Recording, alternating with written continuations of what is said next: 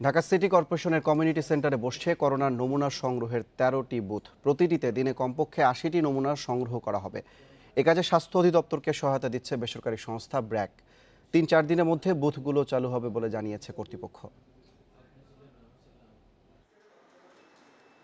Corona পরিস্থিতি নিয়ন্ত্রণে বেশি বেশি টেস্ট করার কথা বলছে বিশ্ব স্বাস্থ্য সংস্থা। বর্তমানে দেশে প্রতিদিন টেস্ট হচ্ছে ৬,০০০-এর মতো। ঢাকা মহানগরে করোনা রোগীর সংখ্যা সবচেয়ে বেশি। পরীক্ষা করানো নিয়েও আছে ভোগান্তির অভিযোগ। এই চাপ সামলাতে বসানো হচ্ছে নমুনা সংগ্রহের বুথ। বুথের জন্য কমিউনিটি সেন্টার, স্কুল ও পার্ক সহ ৩০টি জায়গা প্রস্তাব করেছে ঢাকা উত্তর সিটি। আর ঢাকা দক্ষিণ চাহিদা অনুযায়ী যাত্রাবাড়ি, বাসাবো সহ 5টি কমিউনিটি সেন্টার দিয়েছে। যে সমস্ত জায়গা করা সম্ভব, এখন এর মধ্যে কমিউনিটি সেন্টারও আছে, আপনার পার্কও আছে, তারপর আপনার স্কুলও আছে। এই জায়গাগুলো আমরা নির্বাচন করে আমরা কিছু নাম প্রস্তাব করেছি, ব্র্যাকের কাছে দিয়েছি। ব্র্যাক এখন এখানে যে জায়গাগুলো সিলেক্ট করে সেই জায়গাগুলোকে আমরা চিহ্নিত করব। আমাদের কমিউনিটি সেন্টারগুলি দেখেন হলো আমাদের প্রধান সমাজ কল্যাণ কর্মকর্তা মিস্টার শাহাদত, ওনার সঙ্গে কথা বলে দিতে উনি তাদেরকে জায়গাগুলি দেখাই দিচ্ছেন কোথায় কোথায় তাদের পছন্দ হবে, তাদের যেটা দরকার আর কি তারা করবে। প্রাথমিকভাবে ঢাকা উত্তরে 8টি এবং দক্ষিণে 5টি বুথ বসছে। ব্র্যাক বলছে, কাঁচের তৈরি এসব বুথে স্বাস্থ্য ঝুঁকি খুবই কম। নমুনা সংগ্রহে সময় লাগবে 5 থেকে 6 মিনিট। মানুষ যেহেতু কিউতে দাঁড়াবে, জোর বৃষ্টি আছে, ব্যাপার আছে, সেই জন্য আমরা এমন একটা জায়গায় করতে যাচ্ছি যাতে মানুষ একটু আরাম করে দাঁড়াতে পারে। তো সেই জন্য এরকম আমরা চাচ্ছি যে কমিউনিটি সেন্টার হলো বারান্দাটা ইউজ করতে আমাদের জন্য সুবিধাজনক হতে। বুথ তৈরি করা আছে, বুথ নিয়ে কোনো সমস্যা নাই। মানুষ পাওয়া মাত্রই আমরা এস্টাবলিশ করা শুরু করে দিব। রাজধানীতে 5টি বুথ বসিয়েছে আরেকটি বেসরকারি প্রতিষ্ঠান।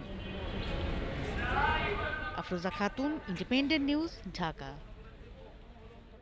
শরীরে করোনা ভাইরাস রয়েছে কিনা জানতে রাজধানীর বিভিন্ন হাসপাতালের সামনে দেখা যাচ্ছে নমুনা পরীক্ষা করতে ইচ্ছুকদের ভিড়। এ নিয়ে আরও জানাতে বঙ্গবন্ধু শেখ মুজিব মেডিকেল বিশ্ববিদ্যালয় থেকে যোগ দিচ্ছেন সহকর্মী বিপ্রজিৎ চন্দ্র। বিপ্রজিৎ, এই মুহূর্তে বিএসএমএমের সামনে কি পরিমাণে ভিড় দেখতে পাচ্ছেন এবং নমুনা সংগ্রহ করতে এত সময় কেন লাগছে?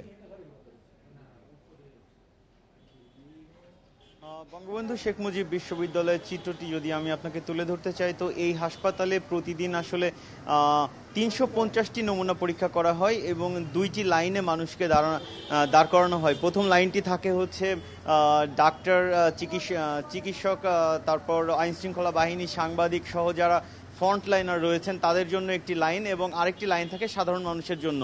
তো ফ্রন্ট লাইনারদের জন্য যে লাইনটা, ওই লাইনটিতে 100 জনকে টোকেন দেওয়া হয় এবং বাকি যে সাধারণ মানুষদের যে লাইনটি রয়েছে সেখানে টোকেন দেওয়া হয় 150 জন মানুষকে। এই সব মিলিয়ে 350 মানুষকে টোকেন দেওয়া হয়। তো আমরা কিছুক্ষণ আগ পর্যন্ত দেখছিলাম যে এখানে হাজারো মানুষের লাইন ছিল, একদম শাহবাগ থেকে শুরু করে হোটেল ইন্টারকন্টিনেন্টাল পর্যন্ত 1000-এর বেশি মানুষের লাইন ছিল, যার মধ্যে 350 জন মানুষকে টোকেন দেওয়া হয়েছে। এবং সব থেকে যে বিষয়টি আসলে অভিযোগ করেছেন টেস্ট করাতে আসা মানুষরা, যে বাকি 700 থেকে 800 মানুষ কিন্তু ফিরে গেছেন টেস্ট করতে না পেরে, কারণ তাদেরকে টোকেন দেওয়া হয়নি। টোকেন দেওয়া হয়েছে শুধুমাত্র 350 জনকে। এটি গেল হচ্ছে টোকেন দেওয়ার যে বিষয়টি, সেটি। আর আরেকটি যে বিষয় রয়েছে সামাজিক ও শারীরিক দূরত্ব। সামাজিক ও শারীরিক দূরত্বের ক্ষেত্রে আমি আপনাকে যেটি বলতে চাই, আমরা সাধারণত ব্যাংক কিংবা বিভিন্ন ডিপার্টমেন্টাল স্টোরগুলোতে যেমনটা দেখে থাকি যে মার্কিং করে দেওয়া হয়, নির্দিষ্ট দূরত্ব পর পর একটা করে সাদা মার্কিং করা থাকে। কিন্তু এই যে বিএসএমএম এর সামনে যে লাইনটি, এই লাইনের মধ্যে কোনো মার্কিং নেই। এই মার্কিং না থাকার ফলে কিন্তু কেউ সামাজিক দূরত্ব মানার চেষ্টাও করছেন না এবং আসলে আনসার কর্মীরাও তাদেরকে নিয়ন্ত্রণ করতে পারছেন না। আমরা দেখেছি অনেক ক্ষেত্রে 1 ফুট কিংবা তারও নিচে এবং অনেক ক্ষেত্রে গা ঘেঁষে ঘেঁষে মানুষ কিন্তু দাঁড়িয়েছিলেন লাইনে। এ কারণে কিন্তু সংক্রমণটা অনেক বেড়েছে। এবং এছাড়া আরেকটি গুরুতর অভিযোগ আমরা যেটি টেস্ট করাতে আসা মানুষদের কাছ থেকে পেয়েছি, সেটি হচ্ছে যে একজন মানুষ যিনি প্রথমে করোনা পজিটিভ হয়েছেন, তিনি 14 দিন আইসোলেশনে থাকার পর এখনও পজিটিভ আছেন কিংবা নেগেটিভ হয়েছেন সেটি জানতে দ্বিতীয়বার যখন তিনি টেস্ট করতে আসেন, তাকে কিন্তু সাধারণ যে রোগীরা রয়েছেন তার সঙ্গে একই লাইনে দাঁড়াতে হচ্ছে। অর্থাৎ যিনি প্রথমবারের মতো করোনা টেস্ট করাতে এসেছেন, তিনিও তার সঙ্গে একই লাইনে দাঁড়িয়েছেন, যে কারণে নতুন মানুষটির কিন্তু সংক্রমণের ঝুঁকি অনেকাংশে বেড়ে যাচ্ছে। এ কারণে সাধারণ মানুষের অভিযোগ যে পৃথক দুটি লাইন যদি করা যায়, যে যারা দ্বিতীয়বারের মতো করোনা টেস্ট করতে আসছেন তাদের জন্য একটি লাইন এবং প্রথমবারের মতো যারা টেস্ট করতে আসছেন তাদের জন্য যদি পৃথক লাইন থাকে তাহলে হয়তো সংক্রমণের ঝুঁকিটা কমবে। এছাড়া যে ভোগান্তি এবং দীর্ঘসূত্রিতা রয়েছে, এই দীর্ঘসূত্রিতাগুলো কমানোরও আহ্বান জানিয়েছেন তারা। তো এখন পর্যন্ত বিএসএমইউ থেকে এটি ছিল আমার কাছে থাকা সবশেষ সংবাদ। এবার যাত্রাবাড়ি থেকে যুক্ত হবে সহকর্মী আদিলুর রহমান। আদিল, জানাবেন যে বুথগুলো আসলে নমুনা সংগ্রহ করা হবে, এগুলো আসলে কবে থেকে পরীক্ষা করানো হবে এবং কি বলছে এসব বুথের ব্যবস্থাপনা কারা করছে?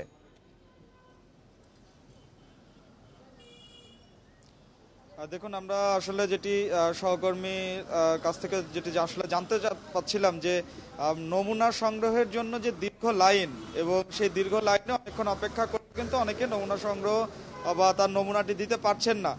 তার কারণ হচ্ছে সীমিত সংখ্যক নমুনা কিন্তু প্রতিদিন সংগ্রহ করা হচ্ছে বা পরীক্ষা করা হচ্ছে। এই নমুনা যাতে বেশি করে সংগ্রহ করা হয় এবং বেশি করে যাতে পরীক্ষা করা যায়, এ কারণেই ঢাকার 2 সিটি কর্পোরেশন এলাকায় আসলে 13টি বুথ, আপাতত প্রাথমিকভাবে 13টি বুথ করা হচ্ছে।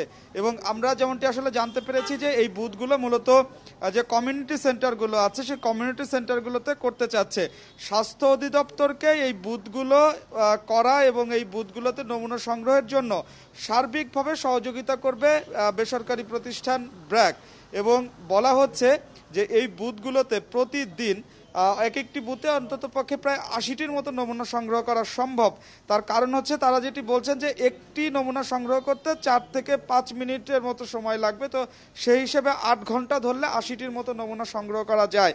এবং এই যে ব্র্যাক যারা সহযোগিতা করছে, ব্র্যাক বলছে যে এখানে নমুনা সংগ্রহ করার ক্ষেত্রে স্বাস্থ্যকর্মী এবং যিনি নমুনা দিতে আসবেন তাদের আসলে স্বাস্থ্যর যে ঝুঁকি বা করোনা সংক্রমণের যে ঝুঁকিটি সেটি আসলে অনেকাংশে কম থাকে। কারণ এই যে বুথগুলো আছে, এই বুথগুলো মূলত একটি কাচের তৈরি বুথ, এবং এই কাচের তৈরি বুথের মধ্যে থেকে আসলে নমুনাটি সংগ্রহ করা হবে। আপনাকে আরও একটি বিষয় জানিয়ে রাখি যে ব্র্যাক বলছে যে প্রথম দিকে আসলে তারা 13টি বুথের মতো তারা করবেন এবং এরপরে আসলে যে কেমন সাড়া পায় সেই সাড়া অনুযায়ী পরবর্তীতে আরও বুথ বাড়ানো হবে বলে আমাদেরকে জানানো হয়েছে। আপনাকে জানিয়ে রাখি যে মূলত বুথগুলো করা হচ্ছে ঝুঁকিপূর্ণ এলাকা বা সংক্রমণের হার যেসব এলাকায় বেশি সেই সব এলাকাতে। আমি যদি ধরি, আমি এই মুহূর্তে আছি যাত্রাবাড়ি এলাকায়। যাত্রাবাড়িতে কিন্তু সংক্রমণের মাত্রা এবং করোনা রোগী কিন্তু অনেক বেশি। সেক্ষেত্রে এই যাত্রাবাড়ি কিন্তু একটি পয়েন্ট ধরা হয়েছে, বাসাবো একটি পয়েন্ট ধরা হয়েছে। তো রাজধানীর যে এলাকাগুলোতে আসলে সবচেয়ে বেশি করোনার রোগী পাওয়া গিয়েছে বা সংক্রমণের হার বেশি, সেসব এলাকাগুলোতে কিন্তু এই বুথগুলো বসানো হচ্ছে। এবং একই সাথে আরও একটি বিষয় বলা হচ্ছে যে শুধুমাত্র তাই নয়, একটি বুথ প্রথম দিকে একটি এলাকার সংক্রমণ বেশি আছে, সেই এলাকাটিতে বুথের কার্যক্রম শুরু হয়েছে, পরবর্তীতে গিয়ে দেখা গিয়েছে যে অন্য আরেকটি এলাকাতে সংক্রমণের মাত্রা অনেক বেশি। তো এই বুথটি আসলে সেই জায়গায় পরবর্তীতে স্থানান্তর করে নেওয়া যাওয়া হবে। এবং এটি যেহেতু একটি দেখতে পাচ্ছিলাম সহকর্মী বিপ্রজিৎ চন্দ্র দেখাচ্ছিলেন যে সেখানে আসলে সামাজিক দূরত্বের বিষয়টি মানানো যাচ্ছে না, এবং মুগদা হাসপাতালের সামনেও একই চিত্র। সেই ক্ষেত্রে আসলে এই ঝুঁকিপূর্ণ যাত্রাবাড়ি সহ যেসব এলাকা রয়েছে সেখানে আসলে সামাজিক দূরত্বের বিষয়টি কিভাবে নিশ্চিত করা হবে? দেখুন, এই সামাজিক দূরত্ব যাতে নিশ্চিত করা হয় এই কারণেই মূলত এই কমিউনিটি সেন্টারগুলোতে এই বুথগুলো করার পরিকল্পনাটি নেওয়া হয়েছে। এমনটি কিন্তু আসলে এই যে দায়িত্বে আছেন ব্র্যাকের যিনি একজন সহযোগী পরিচালক ডাক্তার মোর্শেদা চৌধুরী, তিনি আমাদেরকে জানিয়েছেন। এবং তিনি জানিয়েছেন যে এখানে সামাজিক দূরত্বটা নিশ্চিত করার জন্য একটি বড় জায়গা নিয়ে এই বুথগুলো করা হচ্ছে। এবং যারা নমুনা দিতে আসবেন তাদের থেকে যাতে 3 ফিট যে দূরত্ব মানার কথা বলা হচ্ছে সেই দূরত্বগুলো যাতে মানা হয় সেই বিষয়টি আসলে এখানে পর্যবেক্ষণ করা হবে, এই বিষয়টি কিন্তু বলা হচ্ছে। এবং আপনাকে আরেকটি বিষয় জানিয়ে রাখি যে এই বুথগুলোর জন্য যে লোকবল দরকার বা স্বাস্থ্যকর্মী দরকার, সেই স্বাস্থ্যকর্মীদের প্রশিক্ষণ গতকালকে থেকে শুরু হয়েছে, এমনটি আসলে আমাদেরকে জানানো হয়েছে। এবং আগামী 3 দিনের মধ্যে বা 3 থেকে 4 দিনের মধ্যে এই বুথগুলো আসলে চালু করতে চায় স্বাস্থ্য অধিদপ্তর এবং তাদেরকে সহায়তা করছে ব্র্যাক। এবং বলা হচ্ছে যে এই বুথগুলো যদি চালু করা হয় তাহলে নমুনা সংগ্রহের যে গতি বা নমুনা সংগ্রহের যে ভোগান্তি আমরা বারবারই শুনে আসছি বা দেখে আসছি, সেই ভোগান্তিগুলো আসলে থাকবে না, অনেকটাই কমে আসবে, এটি কিন্তু আসলে বলা হচ্ছে। তো যাত্রাবাড়ি থেকে আমার কাছে এটি ছিল সর্বশেষ। সহকর্মী বিপ্রজিৎ চন্দ্র, আদিলুর রহমান করোনার নমুনা সংগ্রহের খবরাখবর জানাচ্ছিলেন।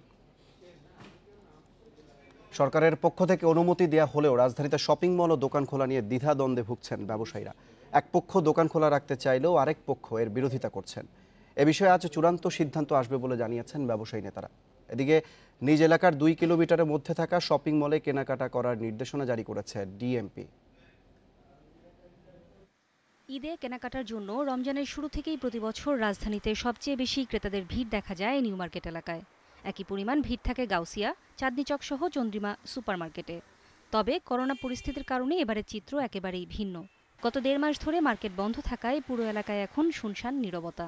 আগামী 10 মে থেকে শর্ত মেনে সারা দেশে শপিং মলগুলো খোলার সরকারি অনুমতি থাকলেও দ্বিধায় রয়েছেন ব্যবসায়ীরা। এভাবে শর্ত মেনে দোকান খোলা সম্ভব না বলেও দাবি একাংশের। বলছেন দোকান খুলেন, কিন্তু আপনার গণপরিবহন বন্ধ, আসবে কিভাবে কাস্টমার? একটা লোক বাসা থেকে যে শপিং করতে আসবে, তার জরুরি পণ্য, সে কীভাবে আসবে?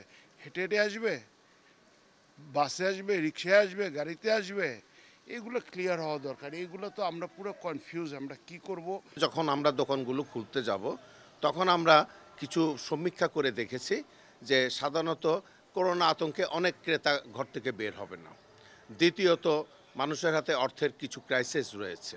সব কিছু মিলে ব্যবসা কিন্তু ক্ষুদ্র পরিসরই হবে। এদিকে শপিং মল ও মার্কেট খোলা রাখার বিষয়ে 14টি নির্দেশনা দিয়েছে ডিএমপি। নির্দেশনায় ক্রেতাদের নিজ বাসার এলাকার 2 কিলোমিটারের মধ্যে থাকা শপিং মলে কেনাকাটা করতে বলা হয়েছে। নিশ্চিত হবার জন্য প্রত্যেককে শপিং সেন্টারে ঢোকার সময় দেখাতে হবে পরিচয়পত্র। আমরা মানুষকে অনুরোধ করতে চাই যে আপনি আপনার নির্দিষ্ট এলাকার মধ্যে অতীব জরুরি প্রয়োজনীয় যে সমস্ত আইটেম অথবা ঈদ আইটেম কিনতে চান, সেক্ষেত্রে 2 কিলোমিটারের মধ্যে যে সমস্ত শপিং কমপ্লেক্সগুলো আছে বা শপিং করার জায়গাগুলো আছে, সেই এলাকাতে যাবেন এবং তারা শপিং করবেন। করোনা সংক্রমণ রোধে আগামী 30 মে পর্যন্ত শপিং মল ও দোকান বন্ধ রাখার পরামর্শ বিশেষজ্ঞদের। না হলে এ মাসেই করোনা পরিস্থিতি ভয়াবহ রূপ নিতে পারে বলেও আশঙ্কা তাদের। যতদিন সম্ভব, যেমন Bashundhara shopping mall, Jamuna future park, new market এরা যেমন করে বন্ধ রেখেছে, আমি মনে করি সরকারের পক্ষ থেকে যদি আগামী 30শে মে অর্থাৎ এই মাস পর্যন্ত বন্ধ রাখার ব্যবস্থা করা হয়, তাহলে হয়তো আমরা করোনার এই সংক্রমণ থেকে মুক্তি পেতে পারি। সারা দেশে অঘোষিত লকডাউন চললেও বেশিরভাগই তা মানছেন না। এই অবস্থায় সবাইকে আরও সচেতন করতে সরকারকে কঠোর অবস্থানে যাওয়ার আহ্বান বিএসএমএমইউ এর সাবেক এই উপাচার্যের। নুরে জান্নাত, ইন্ডিপেন্ডেন্ট নিউজ। রাজধানীবাসীর কেনাকাটার অন্যতম কেন্দ্র নিউ মার্কেটও ঈদের আগে খুলছে না। শুক্রবার এ তথ্য জানায় নিউ মার্কেট দোকান মালিক সমিতি। নিউ মার্কেট ব্যবসায়ী সমিতির সভাপতি জানান, করোনা ভাইরাস পরিস্থিতি ও মার্কেট খোলার বিষয়ে সরকারি বিধি নিষেধ পর্যালোচনা করে এই সিদ্ধান্ত নিয়েছেন তারা। কবে নাগাদ মার্কেট খোলা হবে সে বিষয়ে পরে জানানো হবে। সরকারের প্রজ্ঞাপনে 10 মে থেকে দোকান খোলার কথা বলা হয়েছিল। এর আগে ঈদের আগে মার্কেট না খোলার সিদ্ধান্তের কথা জানায় বসুন্ধরা সিটি ও যমুনা ফিউচার পার্ক কর্তৃপক্ষ।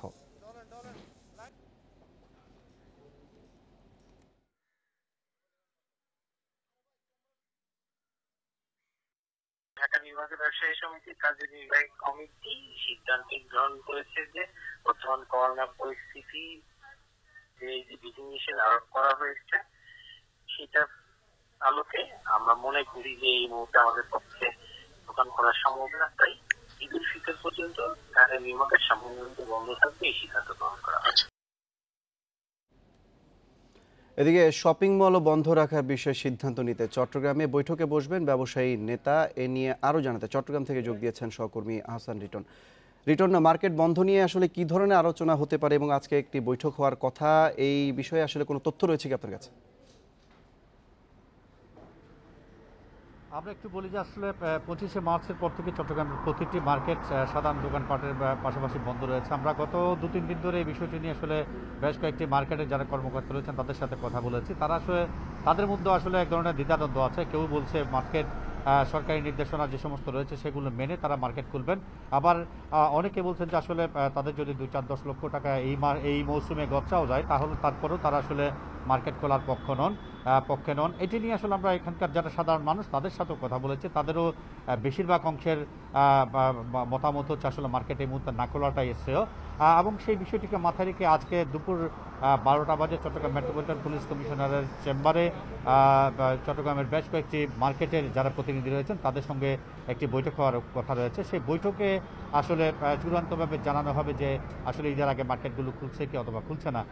আমরা এখানে বলে রাখি যে আসলে ইতিমধ্যে নগরীর 8টি বিপণী বিতান তারা আসলে ঈদের আগে মার্কেট খুলছে না এমন একটি প্রজ্ঞাপন গতকালকে আসলে তারা জারি করেছে।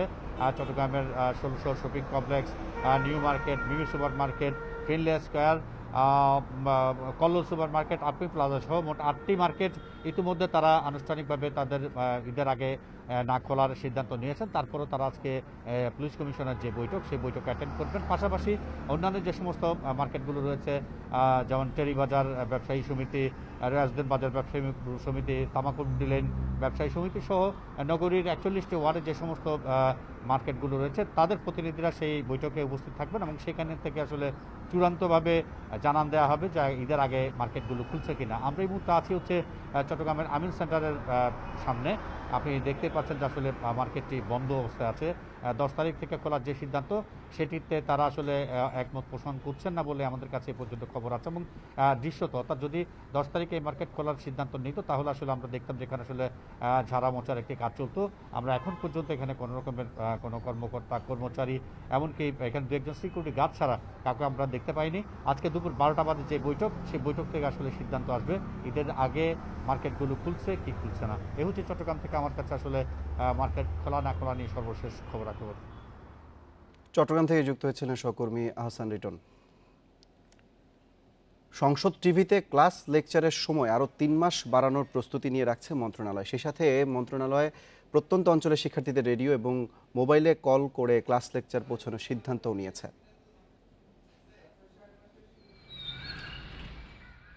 করোনা ঠেকাতে 18 মার্চ থেকে বন্ধ শিক্ষা প্রতিষ্ঠান, কবে খুলবে সেটিও নিশ্চিত নয়। এ অবস্থায় শিক্ষার্থীদের ক্লাসের ক্ষতি পোষাতে 29 মার্চ 6ষ্ঠ থেকে 10ম শ্রেণীর ক্লাস লেকচার সংসদ টিভিতে প্রচার শুরু করা হয়। প্রাথমিক পর্যায়ে 5 এপ্রিল থেকে ক্লাস লেকচার সংসদ টিভিতে প্রচার শুরু হয়। সেই সাথে কারিগরি বিভাগের শিক্ষার্থীদের জন্য ক্লাস লেকচার প্রচার হচ্ছে। তবে অভিভাবকরা বলছেন অনেকের বাসায় টিভি না থাকায় ক্লাস লেকচার দেখতে পাচ্ছেন না। এই উদ্যোগটা যাতে গ্রাম অঞ্চলেও যাতে প্রভাবটা পড়ে, গ্রামের যে ছেলেমেয়েরাও যাতে এটা আওতায় আসতে পারে সেই ব্যাপারে বোধহয় আমার মনে হয় কর্তৃপক্ষের নজর দেওয়া উচিত এবং ব্যবস্থা নেওয়া উচিত। কিছু কিছু স্কুলের আছে তাদের ওয়েবসাইট আছে, তারা সেই ক্লাসগুলো সেখানে রাখতে পারছে, সেখানে গিয়ে তারা সেই ভিডিওগুলো দেখতে পাচ্ছে, সেখানে আমাদের কমেন্টস করতে পারছে। আমরা কিন্তু সেখানে ভিজিট করে সেখানে তাদের প্রশ্নের উত্তর দিয়ে থাকি। এ অবস্থায় শিক্ষা মন্ত্রণালয় বলছে আরও 3 মাসের জন্য লেকচার রেকর্ড করার প্রস্তুতি নেওয়া হচ্ছে।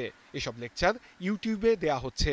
একই সঙ্গে মোবাইলে কল করে লেকচার পৌঁছানো যায় কিনা সে বিষয়েও পরিকল্পনা নেওয়া হচ্ছে।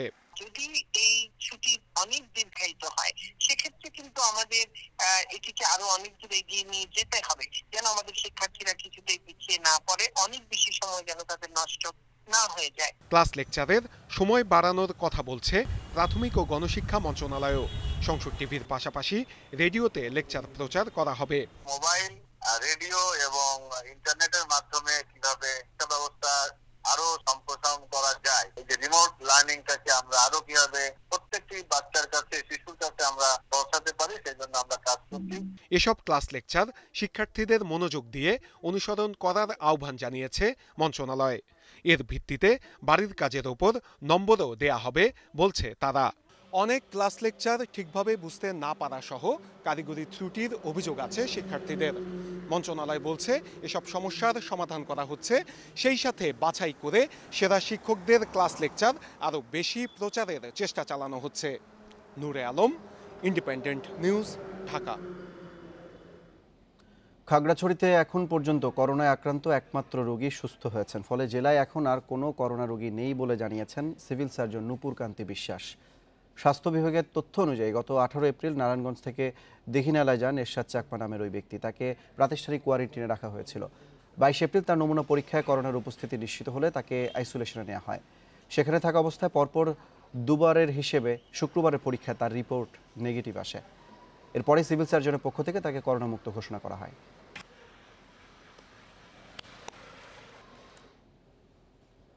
গোপালগঞ্জে করোনা ভাইরাস থেকে মুক্ত হয়েছেন একই থানার 18 পুলিশ সদস্য। শিগগিরই কাজে ফেরার প্রস্তুতি নিচ্ছেন সবাই। করোনাজয়ী এসব যোদ্ধারা জানিয়েছেন শরীরে করোনা শনাক্তের পর মনোবল না হারিয়ে মেনে চলেছেন সব স্বাস্থ্যবিধি।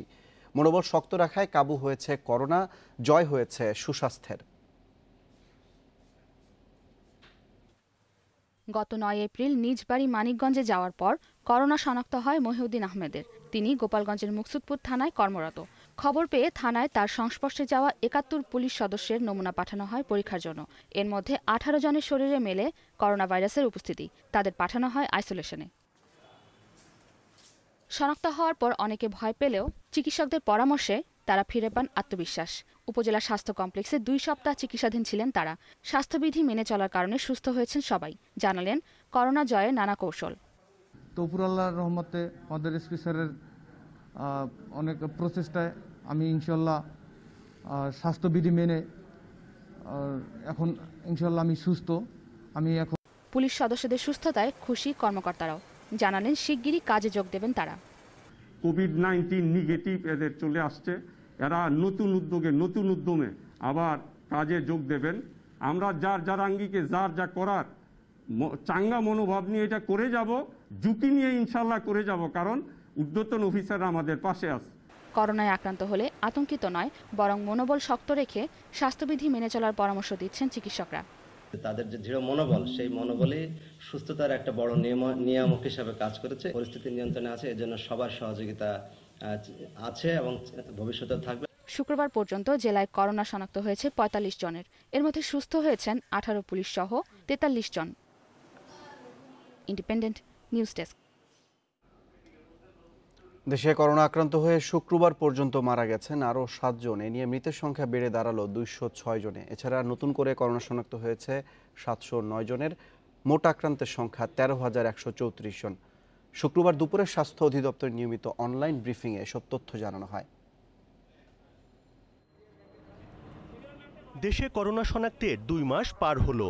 এ সময়ে করোনা আক্রান্তের সংখ্যা ছাড়ালো 13,000। স্বাস্থ্য অধিদপ্তর জানিয়েছে গত 24 ঘন্টায় মারা যাওয়া 7 জনের 5 জন পুরুষ ও নারী 2 জন। একদিনে 35 ল্যাবে 5,941 নমুনা পরীক্ষা করা হয়েছে।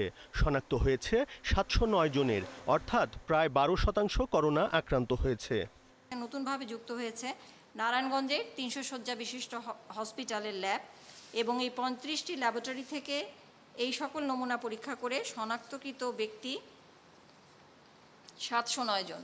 মৃত্যুর তালিকায় আমাদের আজকের গত 24 ঘন্টায় নতুন করে 7 জন যুক্ত হয়েছেন। তাদের বিদেহী আত্মার শান্তি কামনা করছি এবং আমাদের এ পর্যন্ত মৃত্যু দাঁড়ালো 206 জন। 24 ঘন্টায় সুস্থ হয়ে বাড়ি ফিরেছেন 191 জন। এ পর্যন্ত মোট সুস্থ হয়েছেন 2,101 জন। ব্রিফিংয়ে জানানো হয়েছে এখন পর্যন্ত সবচেয়ে বেশি সুস্থ হয়েছে রাজশাহীতে, মোট 47 জন। এরপর রয়েছে চট্টগ্রাম ও রাজধানী ঢাকা। এ সময় অতিরিক্ত মহাপরিচালক জানান, এখন থেকে করোনা ভাইরাসে আক্রান্তদের সুস্থ হয়ে বাসায় ফিরতে কারিগরি কমিটির ছাড়পত্র নিতে হবে। সর্বাধিক সুস্থ হয়েছে রাজশাহী বিভাগের হসপিটাল সমূহ থেকে ছাড়পত্র রোগী 47 জন। এরপরে চট্টগ্রাম বিভাগের হসপিটাল সমূহ থেকে 23 জন, কুইতমৈত্রী হসপিটাল থেকে 15 জন, কুর্মিটোলা হসপিটাল থেকে 15 জন, রিজেন্ট হসপিটাল থেকে 2 জন, সাজেদা ফাউন্ডেশন নারায়ণগঞ্জ হাসপাতাল থেকে 8 জন। ব্রিফিংয়ে কোভিড-19 আক্রান্তদের ছাড়পত্র দেওয়ার শর্তগুলো স্পষ্ট করা হয়েছে। ওষুধ ছাড়া জ্বর ছেড়ে গেলে, কাশি, কফ ও শ্বাসকষ্ট না থাকলে এবং 24 ঘন্টার ব্যবধানে পরপর 2টি পরীক্ষায় করোনা নেগেটিভ আসলে ছাড়পত্র দেয়া হচ্ছে। তবে ছাড়পত্র দেওয়ার পর 14 দিন আক্রান্ত ব্যক্তিকে আইসোলেশনে থাকতে হবে এবং আবারও আরটিপি পরীক্ষা করতে হবে বলেও জানায় স্বাস্থ্য অধিদপ্তর। Buddhadeb Kundu, Independent News, Dhaka. সিলেট নগরীতে করোনা আতঙ্কের মধ্যেই বেড়েছে মশার উৎপাত। থমকে আছে মশক নিধন কার্যক্রম। এতে ডেঙ্গু, ম্যালেরিয়া সহ মশাবাহিত নানা রোগের সংখ্যায় নগরবাসী। মশা নিধনে কেবল সিটি কর্পোরেশনের উপর নির্ভর না করে নগরবাসীকেও সচেতন হওয়ার কথা বলেন মেয়র। সিলেট নগরীতে মশার উপদ্রব দেখা দিয়েছে। গত বছর ডেঙ্গু ঠেকাতে সিলেট ওসমানী মেডিকেল কলেজ হাসপাতালে খোলা হয় আলাদা ইউনিট।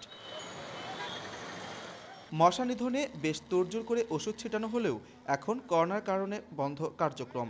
এতে করোনা আতঙ্কে ঘরবন্দি মানুষ ভুগছে ডেঙ্গু, ম্যালেরিয়া সহ মশাবাহিত নানা রোগের শঙ্কায়।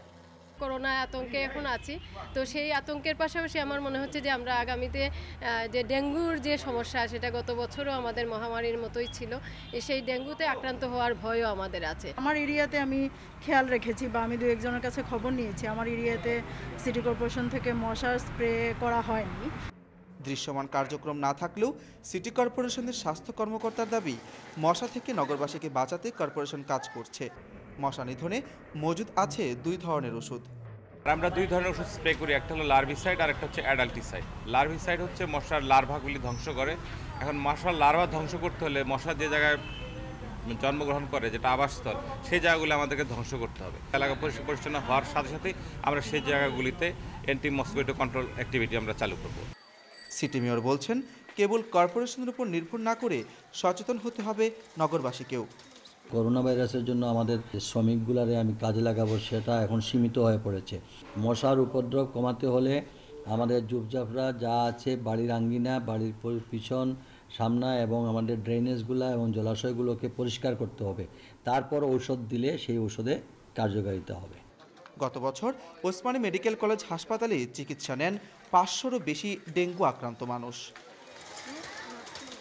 মাধব কর্মকার, ইন্ডিপেন্ডেন্ট নিউজ, সিলেট। দক্ষিণ বঙ্গোপসাগরে লঘুচাপের কারণে সারা দেশে বৃষ্টি হয়েছে। আবহাওয়া অধিদপ্তরের 24 ঘন্টার পূর্বাভাসে বলা হয়েছে, ঢাকা, ময়মনসিংহ, খুলনা, বরিশাল, সিলেট ও চট্টগ্রামের কিছু কিছু জায়গায় ঝোড়ো হাওয়া সহ বৃষ্টি হতে পারে। তবে রংপুর ও রাজশাহীর আবহাওয়া শুষ্ক থাকবে বলে জানিয়েছে আবহাওয়া অধিদপ্তর। গত 24 ঘন্টা সর্বোচ্চ বৃষ্টিপাত রেকর্ড হয়েছে খুলনা ও সাতক্ষীরায় 42 মিলিমিটার। সন্ধ্যায় ভারতের পশ্চিমবঙ্গ থেকে কালবৈশাখী শুরু হয়ে যশোর, কুষ্টিয়া, ময়মনসিংহ, নড়াইল, টাঙ্গাইল, ঢাকা হয়ে চাঁদপুরের উপর দিয়ে বয়ে গেছে। কালবৈশাখীর কারণে শুক্রবার সন্ধ্যা 6টা থেকে রাত 12টা পর্যন্ত বৃষ্টিপাত হয়েছে 9 মিলিমিটার। ঢাকায় বাতাসের সর্বোচ্চ গতিবেগ ছিল ঘন্টায় 56 কিলোমিটার। করোনা সংক্রমণের সবচেয়ে ঝুঁকিপূর্ণ স্থান বলা হচ্ছে কাঁচা বাজার। সবচেয়ে খারাপ অবস্থা মাংসের দোকানে। কর্মচারীরা কেউ কোনো ধরনের সুরক্ষা সরঞ্জাম ব্যবহার করছেন না। এটি ক্রেতা বিক্রেতা সবার জন্য ভয়ানক বলছেন বিশেষজ্ঞরা। রাজধানীর কারওয়ান বাজারে মুরগির দোকান, যত্রতত্র চলছে কাটাছেঁড়া, ছড়িয়ে ছিটিয়ে আছে আবর্জনা। একই চিত্র হাতিরপুলের মাংসের বাজারেও। অস্বাস্থ্যকর পরিবেশেই কাটা হচ্ছে গরু, খাসি। নেই তরল বর্জ্য অপসারণের ব্যবস্থাও। বিশ্ব স্বাস্থ্য সংস্থা বলছে, মাংসের দোকানের কর্মচারীদের সুরক্ষা আবরণ, গ্লোভস ও মাস্ক ব্যবহার করতে হবে। কিন্তু এসবের কিছুই তোয়াক্কা করছেন না ব্যবসায়ীরা। বইলা যাবেন যে পড়তে, বলবো হ্যাঁ আমরা পড়তেছি, তাৎক্ষণিক আবার খুলে ফেলাইব। তাহলে করবেন কি আপনি? আপনি তো বইলেই গেছেন সচেতন থাকার জন্য, কিন্তু তারা তো সচেতন থাকতেছে না। আমাদের হাতে মাস্ক থাকে না, পিছলা তো তেলতলা মাংস পিছলা পড়ে যায়। এই জন্য আমরা ডেলি আবার সাবান হাত ধুয়ে দিয়ে আমরা দোকানদারি করে চলে যাই। গ্লোভসটা আসলে এখানে এখন কেউ ইউজ করতেছে না। তবে হ্যাঁ, যদি বেশি ইমার্জেন্সি হয় তাহলে অবশ্যই ব্যবহার করা হবে, কিন্তু আমরা সব কন্টিনিউ হাত পরিষ্কার করা হইতেছে। স্বাস্থ্য বিশেষজ্ঞরা বলছেন, শুধু করোনা সতর্কতাই নয়, সবসময় এসব নির্দেশনা মেনে চলা উচিত। সিটি কর্পোরেশনকে উদ্যোগ নেয়ার তাগিদ তাদের। গরুর মাংসে হতে পারে অ্যানথ্রাক্স কিংবা ম্যাড কাউ ডিজিজ, মুরগির মাংসে বার্ড ফ্লু, খাসির মাংস এরকম হতে পারে। কাজেই সিটি কর্পোরেশন বা স্থানীয় সরকারের দায়িত্ব হচ্ছে প্রথমে মাংসগুলো পরীক্ষা করা, সেগুলো স্বাস্থ্যকর কিনা, এবং তারপরে মাংস বিক্রির জায়গাটা স্বাস্থ্যকর কিনা, যেখানে জবাই করা হচ্ছে সেই মাংসগুলো তাদের স্বাস্থ্যসম্মতভাবে ক্রেতাদের কাছে বিক্রি করা উচিত। সুরক্ষা সেবার পাশাপাশি বাজারে সঠিকভাবে সামাজিক দূরত্ব মেনে চলারও আহ্বান বিশেষজ্ঞদের। Shahid Ahmed, independent News, Dhaka. Corona virus প্রতিরোধে এসকেএফ-এর ওষুধ রেমডেসিভির কোনো স্যাম্পল এখনও ওষুধ প্রশাসন অধিদপ্তরের অনুমোদন পায়নি। ফলে ওষুধটি এই মুহূর্তে বাজারজাতকরণ কিংবা করোনা রোগীর ক্ষেত্রে প্রয়োগের কোনো সুযোগ নেই। ইন্ডিপেন্ডেন্ট টেলিভিশনকে তথ্য নিশ্চিত করেছে ঔষধ প্রশাসন অধিদপ্তর। প্রতিষ্ঠানটি জানিয়েছে, বেক্সিমকো ফার্মাসিউটিক্যালস এরই মধ্যে তাদের স্যাম্পল অনুমোদনের জন্য জমা দিয়েছে। বিশ্বব্যাপী করোনা ভাইরাসের সংক্রমণ বিস্তার কোনোভাবেই ঠেকানো সম্ভব না হওয়ায় বিশ্বের দেশে দেশে এর প্রতিষেধক তৈরির গবেষণা শুরু হয়। ইতিমধ্যে আমেরিকা, জাপান সহ কয়েকটি দেশ রেমডেসিভিরকে করোনা ভাইরাসের ঔষধ হিসেবে ব্যবহারের অনুমোদন দেয়। বাংলাদেশেও বেক্সিমকো ফার্মাসিউটিক্যালস, এসকেএফ সহ 8টি প্রতিষ্ঠান এই ওষুধ তৈরির অনুমোদন পায়। বেক্সিমকো তাদের উৎপাদনের স্যাম্পল ইতিমধ্যে বিপণন অনুমোদনের জন্য ওষুধ প্রশাসনের পরীক্ষাগারে জমা দিলেও অন্য কেউ তা দেয়নি। এ কারণে এসকেএফের রেমডেসিভির এ মুহূর্তে রোগীর দেহে ব্যবহার করা যাবে না বলছে ঔষধ প্রশাসন। অ্যাডভান্স বলে ফেলেছে ওরা, কারণ টেস্ট প্রক্রিয়াটা কমপ্লিট হয়নি এখন পর্যন্ত। তো ওরা ওইটা করবে। 2 নম্বর হচ্ছে কালকে রোববারে ওরা স্যাম্পল জমা দেবে। যখন সন্তোষজনক রেজাল্ট চলে আসবে তখন ওরাই চাইবে যে মার্কেটিং অথরাইজেশন সনদ চাইবে যে মার্কেটে প্লেস করার জন্য। বিষয়টি স্বীকার করেছে এসকেএফ কর্তৃপক্ষ। আগামী রোববার তারা স্যাম্পল জমা দেবে বলে জানিয়েছে। আমাদের সবকিছু রেডি, আমরা সানডেতে সাবমিট করে দেব। এখন আমরা বাজারজাতকরণের আগে যে ফর্মালিটিস গুলো আছে সবগুলো শেষ করি, তারপর আমরা এসকেএফ যে অথরাইজ সেন্টারগুলো আছে সেই জায়গাগুলোতে আমরা অবশ্যই অ্যাজ সুন অ্যাজ পসিবল আমরা এটা ডিস্ট্রিবিউশনের কাজটা স্টার্ট করব। নিয়ম অনুযায়ী কোনো জীবন রক্ষাকারী ঔষধ তৈরির পর তা ঔষধ প্রশাসন অধিদপ্তরের আওতাধীন ন্যাশনাল কন্ট্রোল ল্যাবরেটরিতে জমা দিতে হয়। নানা পরীক্ষা নিরীক্ষা শেষে সেখান থেকে অনুমোদনের পরই কেবল ওই ঔষধ রোগীর ক্ষেত্রে প্রয়োগ আর বাজারজাতকরণের উপযোগী বলে বিবেচিত হয়। Buddhadeb Kundu, Independent News, Dhaka. রাজশাহীতে 15 মে আম পাড়ার তারিখ নির্ধারণ করে দিয়েছে জেলা প্রশাসন। কোনো বাগানে আম আগে পাকলে স্থানীয় প্রশাসনকে জানানোর পর তা পাড়তে হবে। ফলন আশানুরূপ হলেও করোনা পরিস্থিতিতে বাজারজাত করা নিয়ে শঙ্কায় ব্যবসায়ীরা। কেউ অপরিপক্ক আম যাতে বাজারজাত করতে না পারে সে বিষয়ে তদারকি করবে প্রশাসন। অপরিপক্ক আম কেমিক্যাল দিয়ে পাকিয়ে বিক্রি রোধে কয়েক বছর ধরে আম পাড়ার সময় নির্ধারণ করে দিচ্ছে প্রশাসন। করোনা পরিস্থিতির মধ্যেই চাষি ফল গবেষকদের সঙ্গে আলোচনা করে এবার রাজশাহীতে 15 মে থেকে আম পাড়ার সময় নির্ধারণ করা হয়েছে। শুরুতেই বাজারে আসছে গুটি জাতের আম। 20 মে থেকে গোপালভোগ, লখনা ও রানী পছন্দ 25 মে, 28 মে থেকে ক্ষীরসাপাত ও হিমসাগর আম পাড়া যাবে। ল্যাংড়া 6 জুন, আম্রপালি ও ফজলি 15 জুন এবং সবশেষ 10 জুলাই বাজারজাত শুরু হবে আশিনা ও বাড়িচার। তবে বেঁধে দেওয়ার সময়ের আগে কোনো বাগানে আম পাকলে প্রশাসনকে জানিয়ে তা পাড়তে হবে। এবছর আমের আশানুরূপ ফলন হয়েছে বলে জানিয়েছে ফল গবেষকরা। তবে করোনার কারণে লকডাউন থাকায় বাজারজাত নিয়ে দুশ্চিন্তায় চাষিরা। আম যথাযথ পারা হবে এবং যথাযথ নিয়মই একদম যে কোয়ারেন্টাইন আইন যেটা সেটা মেনে নিশ্চয়ই এই আম এখান থেকে বিভিন্ন জায়গায় যাবে। আমরা সবচেয়ে বড় আশঙ্কায় আছি যে এটা বাজারজাতকরণের জন্য, যেমন পরিবহন সেক্টর যদি ওই সময়তে ওপেন না হয় তাহলে আমরা বিরাট মার খাবো। আম কৃষিজাত পণ্যের আওতায় পড়ায় অন্য জেলায় পাঠাতে কোনো সমস্যা হবে না বলে আশ্বাস জেলা প্রশাসকের। পাশাপাশি অনুমতি নিয়ে কুরিয়ারের মাধ্যমে অন্য জায়গায় পাঠানো যাবে আম। জনপ্রশাসন মন্ত্রণালয়, মন্ত্রী পরিষদ বিভাগ এবং আমাদের স্বরাষ্ট্র মন্ত্রণালয় এদের যে আমাদের প্রজ্ঞাপনগুলো সর্বশেষ জারি হয়েছে 5 তারিখ, আম একটি কৃষি পণ্য হিসেবে গণ্য, কাজেই এটি আমাদের বিভিন্ন জেলায় গমনাগমনের ক্ষেত্রে এটি পরিবহন করতে পারবে আমাদের শ্রমিক ট্রাকে করে। রাজশাহী জেলায় এবছর 17,573 হেক্টর জমিতে আম চাষ হয়েছে আর উৎপাদনের লক্ষ্যমাত্রা 2,10,000 টন। Independent News desk. মাত্র 4.5 মাসে প্রাণঘাতী করোনায় বিশ্বে মোট আক্রান্তের সংখ্যা 40 লাখ ছাড়িয়েছে। হয়েছে 2,76,000 মানুষের। গত 24 ঘন্টায় সারা বিশ্বে করোনায় 5,500 মানুষের বেশি মানুষ মারা গেছেন। এর মধ্যে যুক্তরাষ্ট্রের প্রাণহানি 78,000 ছাড়ালো আর মোট আক্রান্ত 13 লাখের বেশি। একদিনে মৃত্যুর সংখ্যায় দ্বিতীয় অবস্থানে রয়েছে ব্রাজিল। দেশটিতে 24 ঘন্টায় মারা গেছেন 804 জন। এছাড়াও যুক্তরাজ্যে 626 জন, ইতালিতে 243 জন, মেক্সিকোতে 257 এবং ফ্রান্সে 243 জনের মৃত্যু হয়েছে। রাশিয়ায় একদিনে আক্রান্ত হয়েছে 10,000-এরও বেশি। দেশটিতে মোট আক্রান্ত 1,87,000 ছাড়ালো। এদিকে ট্রাম্পের কর্মচারীর শরীরে করোনা শনাক্ত হবার পর এবার ভাইস প্রেসিডেন্ট মাইক পেন্সের প্রেস সেক্রেটারি কেটি মিলার করোনায় আক্রান্ত হয়েছে। সংক্রমণ বাড়ায় কুয়েতে রোববার থেকে লকডাউন চালুর সিদ্ধান্ত নিয়েছে। সংক্রমণ রুখতে ইইউভুক্ত দেশগুলো তাদের সীমান্ত জুনের 15 তারিখ পর্যন্ত বন্ধ রাখবে। এদিকে আন্তর্জাতিক স্বাস্থ্য সংস্থা বলেছে করোনায় আফ্রিকা মহাদেশে 1,90,000 মানুষের মৃত্যু হতে পারে।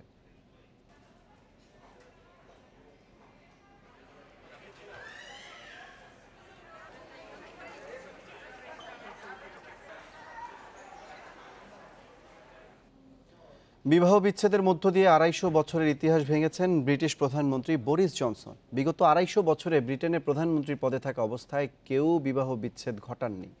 ভারতীয় বংশোদ্ভূত দ্বিতীয় স্ত্রী ম্যারিনা উইলারের সঙ্গে বিচ্ছেদ করে সেই ইতিহাস ভাঙলেন বরিস জনসন। এপ্রিলের শুরুতে 55 বছর বয়সী জনসন করোনা ভাইরাসে আক্রান্ত হন। 2 সপ্তাহ লড়াইয়ের পর কোভিড-19 থেকে সুস্থ হয়ে হাসপাতালে ছেড়ে ফেরার পর বিচ্ছেদের প্রক্রিয়া শেষ করেন তিনি। বরিস উইলারের ঘরে 2 ছেলে ও 2 মেয়ে রয়েছে। 2018 থেকে তাদের বিবাহ বিচ্ছেদের প্রক্রিয়া শুরু হয়েছিল। 2 বছর পর তা শেষ হলো। করোনা যুদ্ধে জিতেই 29 এপ্রিল বাবা হয়েছেন বরিস। বাগদত্তা ক্যারি সাইমন্সের সঙ্গে ছেলে সন্তানের নাম রেখেছেন জীবন বাঁচানো 2 করোনা চিকিৎসকের নামে। এর আগে 1769 সালে ব্রিটেনের প্রধানমন্ত্রী থাকাকালে অগাস্টাস ফিটজরয়ের বিবাহ বিচ্ছেদ হয়।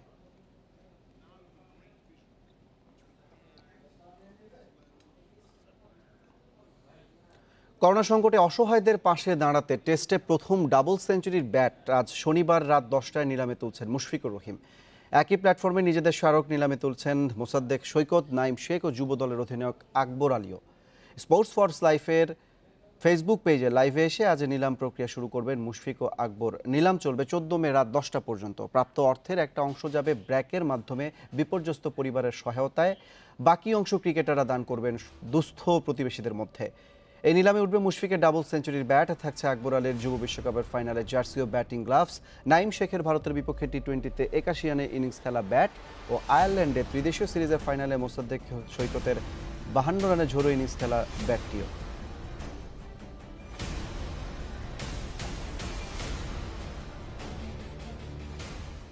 এ ছিল বিরতিহীন সংবাদ। ইন্ডিপেন্ডেন্ট টেলিভিশন সব খবর আরও বিস্তারিত জানতে চোখ রাখুন ফেসবুক, ইউটিউব ও টুইটারে। এতক্ষণ সাথে থাকার জন্য ধন্যবাদ সবাইকে।